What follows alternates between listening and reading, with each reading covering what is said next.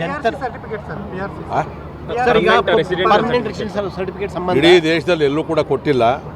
ಇವತ್ತೇನಾಗಿದೆ ಅಂತ ಹೇಳಿದ್ರೆ election commission ಏನು ಹೇಳಿದೆ, ಕೆಲವು ದಾಖಲೆಗಳನ್ನು ಕೊಡಬೇಕು.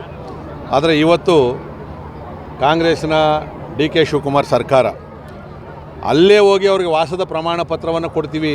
ಯಾಕಂದರೆ ಇಲ್ಲಿ ನಾವು SIR ಮಾಡ್ತಾ ಇರ್ತಕ್ಕಂಥದ್ದೇ ಇಲ್ಲಿನ ವಾಸಿಗಳ ಇಲ್ಲ ಹೊರಗಡೆಯವರು ಅಂತೇಳಿ. ಇವರು ಒಂದ್ಸರಿ ಇಲ್ಲಿ ವಾಸ ಮಾಡೋರು ಅಂತೇಳಿ ಪ್ರಮಾಣ ಪತ್ರ ಕೊಟ್ಟರೆ ಮುಗಿದೋಯ್ತಲ್ಲ ಅದ್ರ ಕಡೆಗೆ.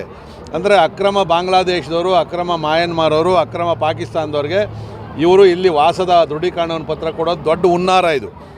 ಇಲ್ಲ ಬೇರೆಯವರೆಲ್ಲ ಇವಾಗ ಮಾಡಿಸ್ಕೊಂಬರ್ತಾವ್ರಲ್ಲ ವಾಸದ ಪ್ರಮಾಣ ಪತ್ರ. ನಿನ್ನ ಮನೆ ಕರೆಂಟ್ ಬಿಲ್ ಕೊಟ್ಟರೆ ಆಯ್ತಲ್ಲ, ಇಲ್ಲ ನಿನಗೆ ಬಾಡಿಗೆ ಮನೆದಿತ್ತು ಅಂದರೆ ಕರಾರು ಪತ್ರ ಕೊಟ್ಟರೆ ಅದನ್ನು ಎಕ್ಸೆಪ್ಟ್ ಮಾಡ್ತಾರೆ.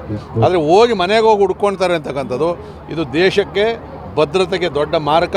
ಇದನ್ನು ತಕ್ಷಣ ನಿಲ್ಲಿಸಬೇಕು. ಈಗಾಗಲೇ ನಾವು ಗವರ್ನರ್ಗೂ ಕೂಡ ಇದ್ರ ಬಗ್ಗೆ ಕೊಟ್ಟಿದ್ದೀವಿ. ಆದರೂ ಕೂಡ ಇವತ್ತು ಈ ಸರ್ಕಾರ ದಬ್ಬಾಳಿಕೆ ಮಾಡಿಕೊಂಡು ಅಕ್ರಮ ಮತದಾರರನ್ನು ಸೇರಿಸ್ತಕ್ಕಂಥ ಕೆಲಸವನ್ನು ಮಾಡ್ತಾ ಇದೆ. ತಕ್ಷಣ ನಿಲ್ಲಿಸಬೇಕು. ರಾಹುಲ್ ಗಾಂಧಿ ವಿದೇಶಕ್ಕೆ ಹೋಗಿ ವಾಪಸ್ ಬಂದರೆ ಯಾವುದೋ ಒಂದು ರೀತಿ ದೇಶದಲ್ಲಿ ಒಂದು ಕಡೆ ಹೋರಾಟ ಮತ್ತು ಅಲ್ಲೇ ಆರೋಪಗಳು ಆ ಥರದ್ದು ಜಾಸ್ತಿ ಆಗ್ತಾ ಇದೆ. ಜಂತರ್ ಮಂತರ್ನ ಯಾವ ರೀತಿ ನೋಡಬೇಕು ಸರ್? ಜಂತರ್ ಮಂತರು ಅದು ಐತಿಹಾಸಿಕವಾದಂಥ ಜಾಗ. ರಾಹುಲ್ ಗಾಂಧಿಯವರು ಹೊರದೇಶಕ್ಕೆ ಹೋದಾಗೂ ನಮ್ಮ ದೇಶವನ್ನು ಬೈತಾರೆ. ಬಹುಶಃ ಗೊತ್ತಿಲ್ಲ ಅಲ್ಲಿ ಹೋಗಿ ಏನು ಕುತಂತ್ರವನ್ನು ಮಾಡ್ಕೊಂಡು ಬರ್ತಾರೋ, ಬಂದ ತಕ್ಷಣ ಇಲ್ಲೊಂದು ಗಲಭೆಯನ್ನು ಸೃಷ್ಟಿ ಮಾಡ್ತಾರೆ.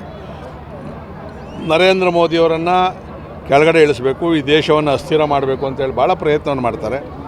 ಆದರೆ ಅವರು ಯಾವಾಗ ಈ ಥರ ಸುಳ್ಳು ಆರೋಪಗಳನ್ನು ಮಾಡ್ತಾರೋ ಆಗೆಲ್ಲ ಕೂಡ ನರೇಂದ್ರ ಮೋದಿಯವರು ಗಟ್ಟಿಯಾಗಿದ್ದಾರೆ. ಆದರೆ ಒಂದಂತೂ ಸತ್ಯ, ವಿದೇಶಿ ಶಕ್ತಿಗಳು ಇವತ್ತು ನರೇಂದ್ರ ಮೋದಿಯವರ ಈ ಬಲಿಷ್ಠತನವನ್ನು ವಿಶ್ವಗುರು ಆಗಿ ಏನು ಇಡೀ ವಿಶ್ವದಲ್ಲೇ ಮಾನ್ಯ ಆಗ್ತಾ ಇದ್ದಾರೆ. ಈ ಭಾರತವನ್ನು ಅಸ್ಥಿರಗೊಳಿಸಬೇಕು ಅಂತಕ್ಕಂಥ ವಿದೇಶಿ ಶಕ್ತಿಗಳು ನೇರವಾಗಿ ಕೈ ಹಾಕಿರ್ತಕ್ಕಂಥದ್ದು ಇದು ಕನ್ನಡಿ ಅಷ್ಟೇ ಸತ್ಯ. ಕೆಲವು ಬಲಿಷ್ಠ ರಾಷ್ಟ್ರಗಳು ಯಾವುದೇ ಬೇರೆ ದೇಶಗಳನ್ನು ಕೂಡ ಛಿದ್ರ ಮಾಡ್ತಕ್ಕಂಥ ಕೆಲಸ ಮಾಡಿರ್ತಕ್ಕಂಥದ್ದು ನಾವು ನೋಡಿದ್ದೀವಿ. ಅದು ಶ್ರೀಲಂಕಾ ಇರ್ಬೋದು, ನೇಪಾಳ ಇರ್ಬೋದು, ಬೇರೆ ಬೇರೆ ದೇಶಗಳಲ್ಲಿ ದಂಗೆ ಎಬ್ಬರಿಸಿ ಮಾಡಿರ್ತಕ್ಕಂಥದ್ದು. ಇದರಲ್ಲಿ ಇವರು ಯಶಸ್ವಿ ಆಗೋದಿಲ್ಲ. ನೀವೊಬ್ಬ ಗೌರವಾನ್ವಿತ ವಿರೋಧ ಪಕ್ಷದ ನಾಯಕರಾಗಿದ್ದು ಪಾರ್ಲಿಮೆಂಟಲ್ಲಿ ಚರ್ಚೆಯನ್ನು ಮಾಡಿ, ಅಲ್ಲಿ ವಿವರವಾಗಿ ನಿಮ್ಮಲ್ಲಿ ಏನಿದೆಯೋ ಸಾಕ್ಷ್ಯಾಧಾರಗಳನ್ನು ಕೊಡಿ. ಅದು ಬಿಟ್ಟು ಇವತ್ತು ತುಕಡೆ ಗ್ಯಾಂಗು ದೇಶ ವಿರೋಧಿ ಘೋಷಣೆಗಳನ್ನು ಕೂಗ್ತಾರೆ, ಪಾರ್ಲಿಮೆಂಟನ್ನು ಹೊಡೆದಾಕ್ತೀವಿ ಅಂತ ಹೇಳ್ತಾರೆ, ನೇಪಾಳ ಕೊಲಂಬೋ ಥರ ಬೆಂಕಿ ಹಚ್ತೀವಿ ಅಂತ ಹೇಳ್ತೀವಿ ಅಂತಂದರೆ ಅವರ ಮನಸ್ಥಿತಿ, ಆ ಯುವಕರ ಮನಸ್ಥಿತಿ ಏನಿರ್ಬೋದು. ಅವರ ಜೊತೆಯಲ್ಲಿ ಆಪ್ ಅವರು, ಕಾಂಗ್ರೆಸ್ ಅವರು, ಕಮ್ಯುನಿಸ್ಟ್ ಅವರು ಯಾರ್ಯಾರು ಭಾರತ ಮಾತೆಗೆ ಅಪ್ಪ ಅಂತ ಕೇಳ್ತಾರೆ, ಭಾರತ ಮಾತೆಯವರ ಅಪ್ಪ ಯಾರು ಅಂತ ಕೇಳ್ತಾರೆ, ಅಂಥ ಗ್ಯಾಂಗ್ ಸೇರ್ಕೊಂಡು ಇವತ್ತು ದೇಶದ್ರೋಹದ ಗ್ಯಾಂಗ್ ಅದು ಮಾಡ್ತಾ ಇರ್ತಕ್ಕಂಥದ್ದು. ಜನ ಭಾಳ ಹುಷಾರಾಗಿದ್ದಾರೆ. ಮತ್ತು ಅವರು ಏನು ಅಂದರೆ ಯುವ ಜನತೆಯನ್ನು ದಂಗೆ ಎಬ್ಬರಿಸಬೇಕು ಅಂತ ದೊಡ್ಡ ಪ್ರಯತ್ನವನ್ನು ಮಾಡ್ತಾ ಇದ್ದಾರೆ.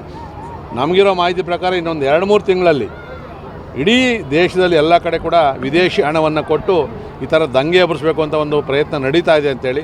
ಆದರೆ ನರೇಂದ್ರ ಮೋದಿಯವರು, ಅಮಿತ್ ಶಾ ಅವರು, BJP ಸರ್ಕಾರ ಕೇಂದ್ರದಲ್ಲಿರೋರು ಕೂಡ ಇಂಥದ್ದೆಲ್ಲ ನಡೆಯೋದಕ್ಕೆ ಆಸ್ಪದ ಇಲ್ಲ ಅಂತಕ್ಕಂಥ ಮಾತನ್ನು ಹೇಳ್ತೀನಿ. ಈಗಾಗಲೇ ವಿದೇಶಿ ಹಣ ಬಂದಿರತಕ್ಕಂಥ ಮಾಹಿತಿ ಇದೆ. ಅದನ್ನು ಪೊಲೀಸರು ತನಿಖೆಯನ್ನು ಮಾಡ್ತಾ ಇದ್ದಾರೆ. ಯಾರ್ಯಾರು ಕಲ್ಲು ತೂರಾಟ ಮಾಡಿದ್ರು, ಲೋಡ್ಗಟ್ಟಲೆ ಲಾರಿಗಳಲ್ಲಿ ಕಲ್ಲು ತಂದಿದ್ರು, ಅವೆಲ್ಲವನ್ನು ಕೂಡ ಈಗ ಪರಿಶೀಲನೆ ಮಾಡ್ತಾ ಇದ್ದಾರೆ. ಖಂಡಿತವಾಗಿ ಕೂಡ ಅವರಿಗೆ ಬುದ್ಧಿಯನ್ನು ಕಲಿಸ್ತಾರೆ.